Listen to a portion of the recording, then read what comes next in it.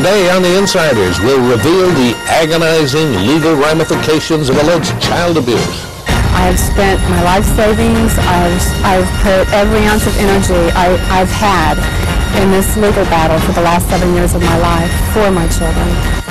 A senator will introduce legislation that could help America compete in the global marketplace. And we can win it. We're still today the greatest economy in the world, but we're being challenged, particularly from Asia, in ways that we've not been challenged since the end of the Second World War.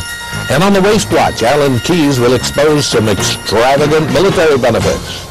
We ought to make life easier for our men and women serving in dangerous or isolated places, but not when those places include Washington, D.C., for example. I'm Jack Anderson in Washington. Welcome to The Insiders. In an earlier report, we told you of the efforts to reunite families that have been separated by false accusations of child abuse. Today, we'll tell the story of one Kansas woman who fought all the way to the United States Supreme Court for justice. Naomi Balvay has the story. Elisa Cosgrove is one of thousands of parents who have had their parental rights severed by state social services as a result of child abuse proceedings. The determination to remove children from the home rests solely with the social service departments. No due process is afforded the accused, and no jury hears evidence in making a decision to put children in foster care. In the state of Kansas, a child can be kept away from its parents till the age of 21 years old. The interesting thing about my case is even though my ex-husband came forth and told the courts that he lied, it doesn't really matter.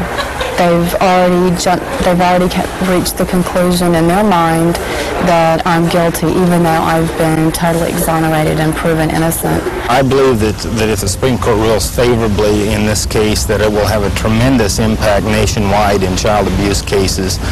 First of all, in their outcome, because we will have impartial juries listening to the evidence and determining the facts and the outcome, rather than individual judges who, for one reason or another, may have particular prejudices against the individual. As in Ms. Cosgrove's case, the judge certainly was prejudiced against her personally. I think that will ultimately then lead to changes in the state procedures, and it will require a great deal of accountability in the states in severing parental rights. Our inside sources confirm reports of investigations into Kansas Social Services actions in such cases, as well as the skyrocketing cost of this system to taxpayers. In addition, the judge who severed Cosgrove's parental rights is no longer chief of staff in the agency's legal department. It's amazing that this has not come before the Supreme Court previously. I think the reason that it is becoming even more important today is because of the attitude against child abuse now. It's such an outrageous thing to hear about, and such a stigma has become attached to anyone who is accused of child abuse, guilty or not guilty, that it is necessary that procedures be implemented to assure justice and fairness in the trials. Only a small percentage of cases filed are ever heard by the U.S. Supreme Court, but Elisa Cosgrove is desperate to get her children back, and she has placed all of her confidence and resources in the highest court of justice in the nation. I have spent my life savings, I've put every ounce of energy I've had in this legal battle for the last 7 years of my life for my children. The Supreme Court doesn't accept many cases in which petitions for certiorari are filed, I think about 2%. After all the time that I've spent on this, I am very confident that this is an issue they cannot ignore. Legally, there's no other court in the land that's any higher than the Supreme Court. So, in regards to this being the highest court in the land, this will be my last-ditch effort legally to be able to overturn the decision. We filed a petition for certiorari asking the Supreme Court to hear arguments and make a determination whether or not the individual states are required under the United States Constitution to allow a jury trial to parents who are having their parental rights severed by the states.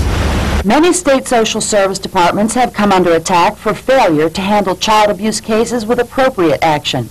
While some children are apparently wrongfully taken from their homes, others are left in abusive homes far too long. Reports of children dying at the hands of an abusive parent are not uncommon. Although accurate figures are hard to come by, In the state of Virginia alone, in 1989, 34 children died under these circumstances. According to Barbara Bryant, who represents the Virginia chapter of Pro-Vocal, this figure indicates an alarming rise in violence against children. Bryant champions accountability for state agencies' action, or lack of action. She helped to organize a demonstration in the nation's capital last spring. Parents wrongfully accused of child abuse who are also struggling to reunite their families protested the actions of their state social services. It's an issue both of due process and accountability. There's just no responsibility. We left another country hundreds of years ago, and this is the beginning of the 215th year of our Declaration of Independence. We declared that we wanted to get away from sovereign immunity, yet we've recreated it within our states. Children are not really being protected. It's the tax funds that are being protected. No decision on this petition will be made until after the Supreme Court reconvenes in October.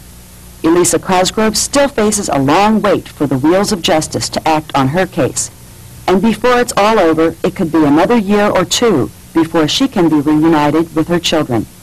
Can she withstand this final wait for justice? Whatever's necessary. Whatever's necessary. For the Insiders, this is Naomi Balvay. Thank you, Naomi. Coming up, Dale Van Anna with another exclusive story. Stay tuned.